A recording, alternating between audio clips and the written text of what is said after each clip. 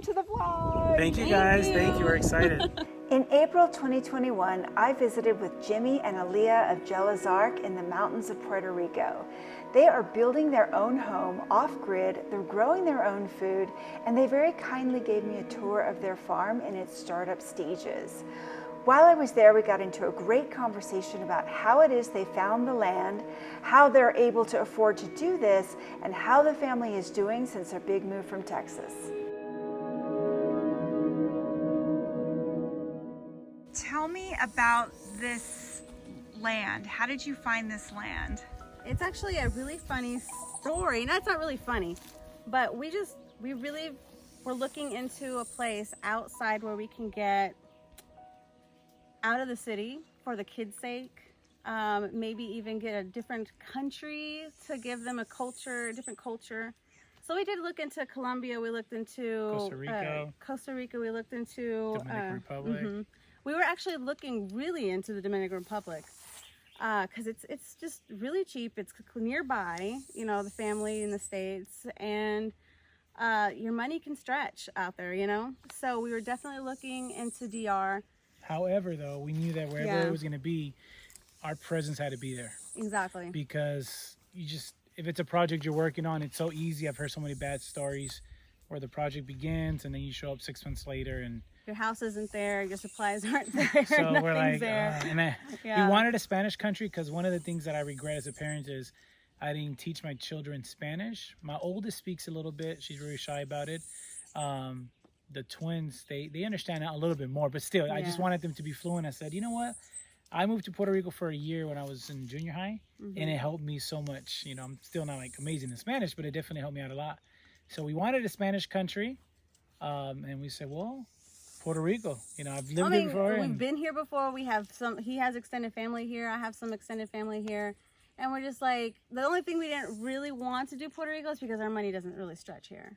It's like living in the States. Maybe a little bit more expensive. So we're like, but we really wanted to get that push out. So we contacted his cousin and we're like, hey, do you know anybody selling land? Because we didn't even know what 2019. The first step was. Yeah. April 2019. And she was like, actually, my really good friend, she's looking to see if there's someone who wants to like help out. And, you know, because she's all up here by herself.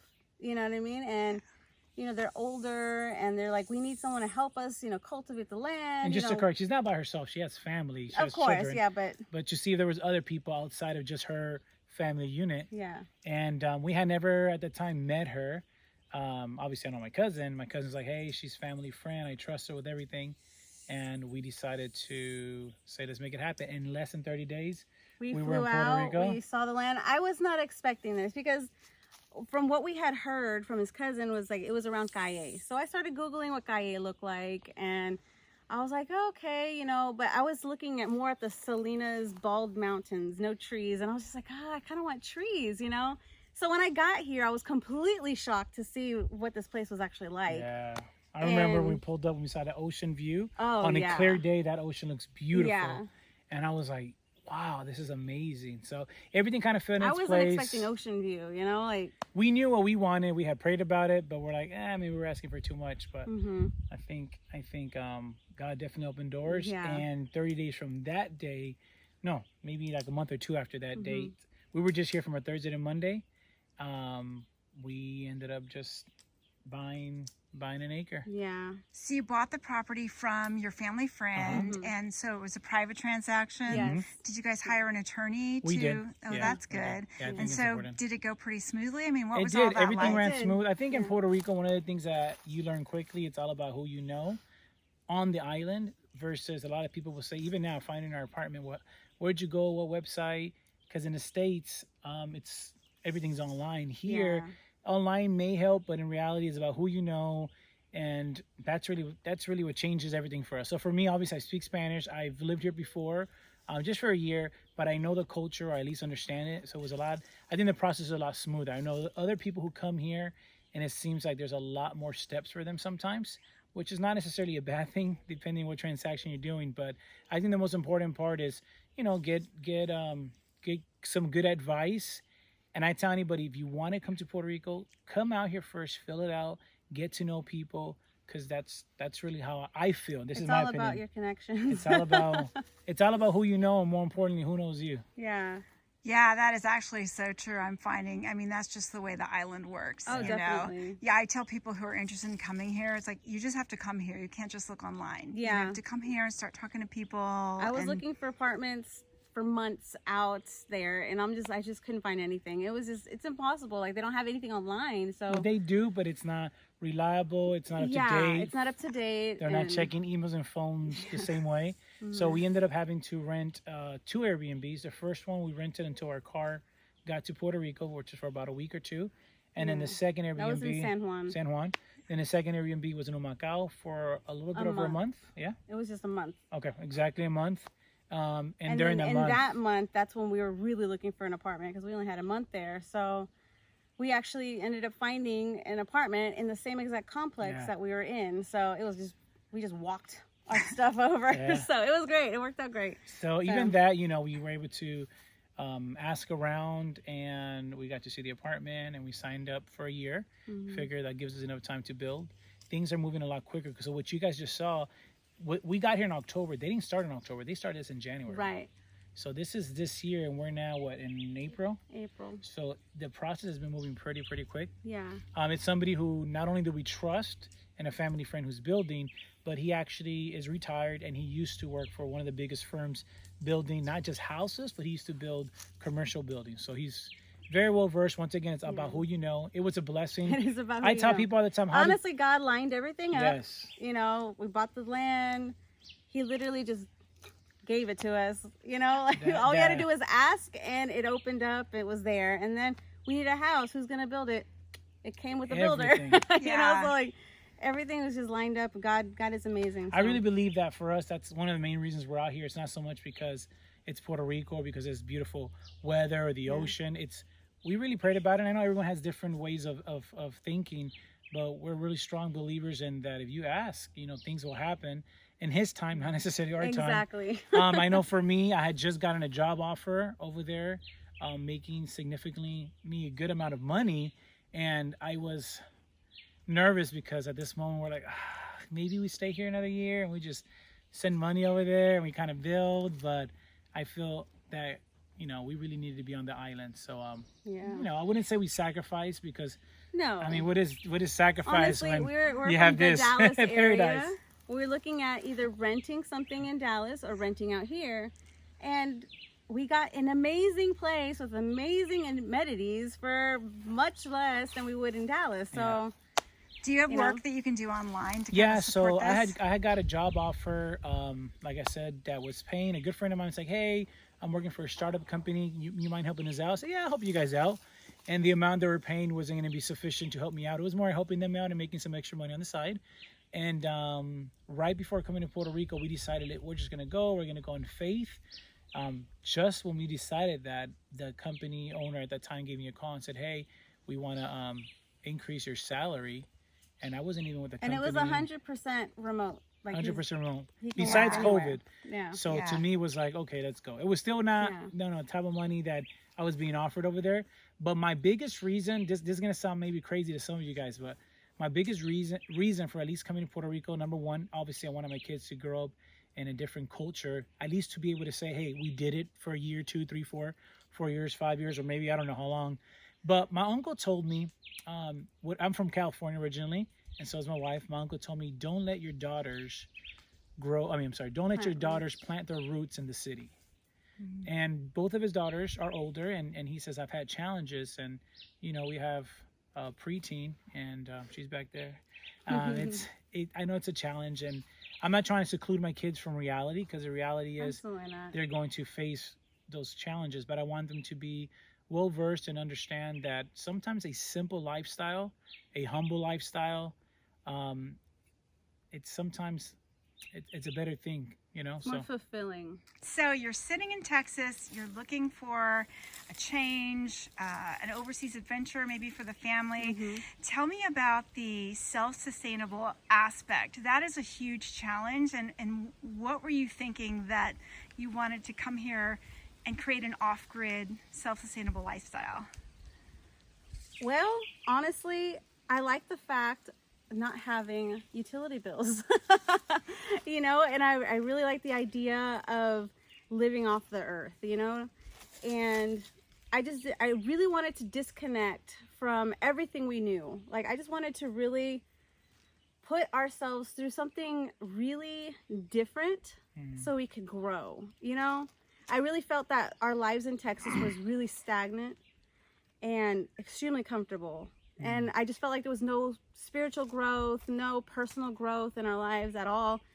And, you know, our house, I literally wanted what we had, you know, for so long. We finally got there, and I sat in my house thinking, is this what I want for the next 30 years? You know, I just didn't want to sit and just be content in a home, you know, with neighbors right next to us, with a neighbor behind us, canned in. And I was just like, man, let's try something new to push ourselves to be better, to be, you know. So I saw it as an adventure. So, you know? Alia, were you the instigator? I think we both were, really. Yeah, I mean, we're both. I'm from the city. She's from the city. I know nothing about the country. I'm literally learning as we go. Seriously, I think YouTube has been our best friend. But it's been a kind of twofold. For me was, you know, money was good, working was great. Yeah. I still had time to spend time with the family, but I kind of felt like our life was still at some level, it was real superficial. And then even prior to COVID, I've always seen that, you know, the more we depend on others, whether it's a government system or it just, I'm very critical when it comes to leadership and governments. And I realized, well, instead of complaining, why not do something about it and try to see how we could be dependent, not just on self. Obviously, at the end of the day, we got to depend on God, but how can we be self-sufficient, you know? And I wanted that mindset. It's like, I want to be self-sufficient financially, but why don't I think the same way with everything else in my life? My beans, my rice, my food, my shelter. But I realized that with that, there was going to come what many will call sacrifice. You're not going to have the comforts. But once again, for myself, the comforts, as you guys could tell, hasn't helped me be in the best shape of my life. It's being uncomfortable climbing up a hill that you start, your lungs start expanding, your heart starts pounding. You realize, is it really a sacrifice or is it a benefit for my life? Yeah. That was one aspect. Number two, which I think is probably the most important one I mentioned earlier, was my children. I feel like our school systems, I'm not speaking about all of them, but a lot of the school systems, I think social media, I think entertainment, it looks like it's all going down a very negative path. And because we're strong believers, we believe that, you know, at one point in the future, there's gonna be something that's gonna be shaking us. And this is before COVID. And I think COVID just made us think, you know what? What if this is just God being gracious and let everyone know, hey, maybe we should try to not live so much for things of the world and try to step back and have a more simple life. And whether that is preparing for an end day apocalypse or whether that's just having a simple life for the teenage years of my daughters, for them to think differently. I just hope that, number one, spiritually we grow, physically we don't necessarily grow, but stronger. And as a family, I feel like being in Puerto Rico has made us tighter as a family. Definitely. And Jade, how has it been for the kids? I can't speak for everyone, but I can speak for myself. I mean, I think I like Puerto Rico a lot because you've got so much stuff around here, but you're leaving behind everything, and it's kind of like starting a new life. It's kind of hard, yeah. It's a challenge, but you know what? You'll learn to adapt. Adaptability is it's a key strength. And it makes you grow, you know? Like, we went to Texas for 6 weeks. Love seeing family. Our parents are there, my sisters, family, brothers, and all that. So it was good to go back. We were there for about 6 weeks, 6-7 weeks. And as much as we enjoyed it, I felt like it was a setback for us, because whenever you're trying to grow in life, this is just, I'm not trying to preach to anybody, but for us, I've noticed that since we got to Puerto Rico in October, I feel like we've grown closer as a family. There's things that spiritually I've had to wrestle that I would have not wrestled then, because I'm so busy. I think sometimes social media, TV, there's so much going on that it's hard. But whenever you stop, Puerto Rico is much slower, both in the good and the bad. Things are much slower. So when things slow down, you have no other choice but to stop, reflect. And I think for me, I was pointing a lot of fingers, but self-reflection has helped me realize, okay, this is what I got to work on. It's a lot easier to know now what I could bring to my Creator, to start working on myself to be a better father and so on for all of us. Do you miss anything about Texas or the States? we talk about how we wanted to get uncomfortable, but I miss the comforts. I miss the stores. I miss the accessibility of things. I know eventually that accessibility will be gone. We saw it during COVID. We saw it in the snowstorm we had in Dallas. We literally showed up in the middle of it. No electricity. Grocery store, yeah, no electricity, no water. The stores were empty. You know what I mean? That's the things I wanted to prevent by coming out here. But they also have everything you could possibly need or want out there. And it's just a little harder to get out here. That's the only thing I really miss. You know, one thing I think we forgot to mention is right after Hurricane Maria, I was going to come here for my 35th birthday. Hurricane Maria happens. My birthday's in October. And September is when Maria happened. We decided to still come, just me and my wife, and we made an admission trip. Some people donated some money, some supplies. We came with like solar panels, a lot of different things. It was an amazing trip. And being here, it made me realize that week that we were here, helping people out, we were complaining, oh, we don't have electricity, we don't have any running water. In the condo we were in. We're in a condo in Isla Verde, and we were complaining, and it hit me. I was a very selfish individual because as we were driving around Puerto Rico, I got to see people, how strong they were in Puerto Rico. They were in mountains getting water, helping each other out. Lines. I'm talking bathing about in the mountain water. 12 hours waiting for gas. Like, this is a reality. Yeah. And what I don't know if Puerto Ricans realize this in the island, but what I believe it did is today, when the lights go out, Puerto Ricans don't panic.